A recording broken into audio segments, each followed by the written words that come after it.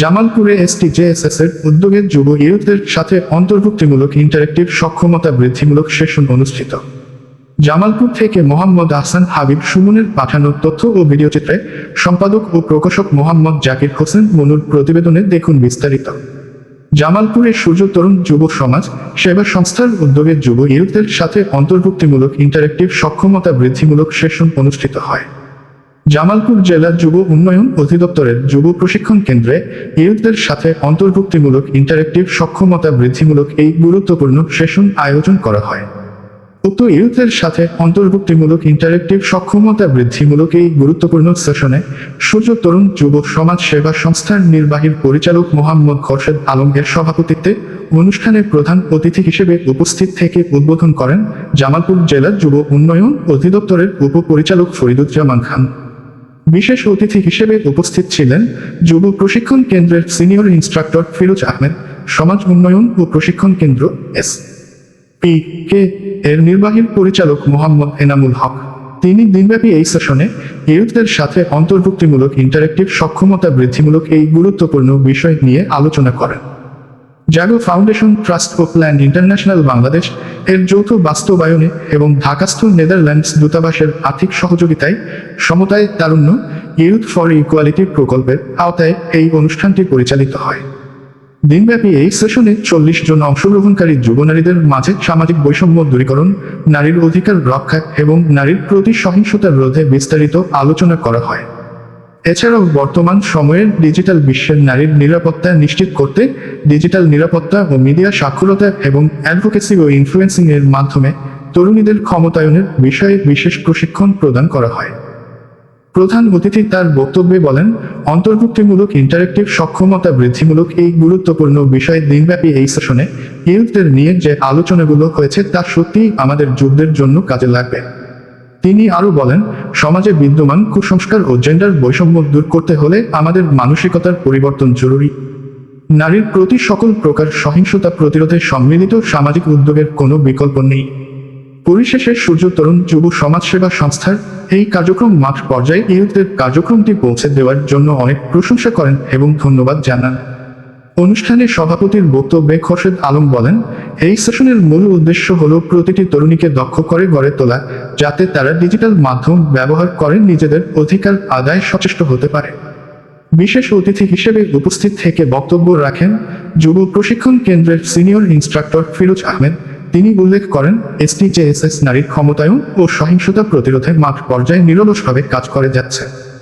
অনুষ্ঠানটি সঞ্চালনা করেন সূর্য তরুণ যুব সমাজ সেবা সংস্থার ইয়ুথ লিডার জামিলা জান্নাত এবং সার্বিক সহযোগিতায় ছিলেন ইয়ুথ লিডার মোহাম্মদ রাকিব হোসেন। উল্লেখ্য, সমতায় তারুণ্য প্রকল্পের অধীনে দেশজুড়ে মোট 252টি OILO ইয়ুথ লেড অর্গানাইজেশন এর মাধ্যমে 12,600 জনের অংশগ্রহণ নিশ্চিত করার লক্ষ্য নির্ধারণ করা হয়েছে। প্রতিটি সংগঠনের প্রতিনিধিরা অন্তত 50 জনের একটি গ্রুপে এই সেশনগুলো পরিচালনা করছে।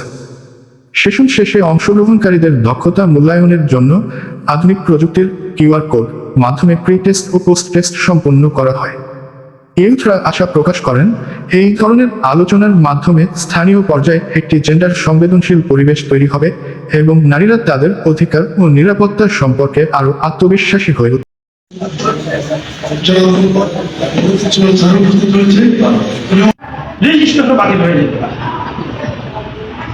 আইনে যারা সংগঠিত সবাই আইনে জ্ঞান এবং জরিমানা প্রদান করেছে। তাহলে বাল্য বিবাহ দেয় না, আমরা দিই। তাহলে আমরা ওদের সঙ্গে সমতা থেকে পিছিয়ে গেছি। পরিবার আমাদের সমতা ইকুয়ালি বিশ্বাস করে না। আমার মেয়ের বয়স 15, ছেলে বয়স 40, ভালো চাকরি করে বা কাজ করে দেয় যাবে। ছেলে আর মেয়ের মধ্যে বয়স কত পার্থক্য? যদি 15 হয়, ছেলের বয়স কত পার্থক্য? 25 বছর। 25 বছর ছেলে মেয়েদের পেয়েছে, তাতে অ্যাডজাস্ট হবে কিনা বাবার কোনো চিন্তা নেই। ভালো ছেলে পেয়েছে, টাকা দেখছে, ভালো ছেলেদের চারিত্রিকভাবে ভালো এনে দেয়। চারিত্রিকভাবে ভালো পেলে এলে টাকা ইনকাম করে না, টাকা দিয়ে সবকিছু বিবেচনা করা যায় না। আর কিছু চরিত্র বানানো হয়, টাকা তোমাকে সমস্যা সৃষ্টি করে, তাই না? বলেছিল যে পিওনের কথা বলেছে, ঝাড়ুদারের কথা বলেছে, বলেছেন। আচ্ছা, অধিকাংশ সময় আমাদের রাস্তা পরিষ্কার করে একজন পুরুষ ঝাড়ুদার দিচ্ছে, আমরা দেখছি, তাই না? সেখানে যদি একজন নারী থাকে তাহলে আমাদের দৃষ্টিটা কোথায় যায়? তাহলে আমাদের দৃষ্টিটা কি আমরা সহ্য করতে পারি কিনা? বলছি এই নারীর এখানে কি দরকার, এরকম মনে করি না? যদি যখন আমাদের পুলিশ বাহিনীতে কোনো পুলিশ ছিল না, একজন নারী সদস্য যদি পুলিশ হিসেবে আসে, তখন আমাদের কি মনে হয়? এমন তো আমরা শুনেছি যে এই নারী পুলিশের নিরাপত্তাটা কে দেবে, শুনেছি না? এটা আমাদের সোশ্যাল গ্রামের মহিলারা এবং গ্রামের যে পুরুষগুলা আছে সমতার ভিত্তিতে কাজ করে। আমাদের এই প্রশিক্ষণ দেখে মনে হয়েছে যে আমার সেই 95 সালে আমি যেটা আমি দেখে এসেছি, আজ জামালপুরে সেটা হচ্ছে। তো আমি দেখেছি 95 সালে, আজ থেকে কত বছর আগে, 26 সাল 5 31 বছর আগে বরিশাল অঞ্চল এই জামালপুর অঞ্চলের চেয়ে অনেক বেশি ডেভেলপ। কারণটা কি? তারা ছেলে মেয়ে উভয়ই কাজ করে। জামালপুর অঞ্চলে এখনো মেয়েরা কিন্তু কাজ করে না, করে কম করে। বরিশাল অঞ্চলে ওই রিজিয়নে কাজ অনেক বেশি করে, সমতার ভিত্তিতে তারা কাজ করে। আমি দেখেছি ওই অঞ্চলে এখনো জামালপুরে সেটা হয় না। এই যে আছে না, ধান ক্ষেত আছে, পাট ক্ষেত আছে, মহিলারা ওই অঞ্চলে কামলা দেয়, নিজে কাজ করে।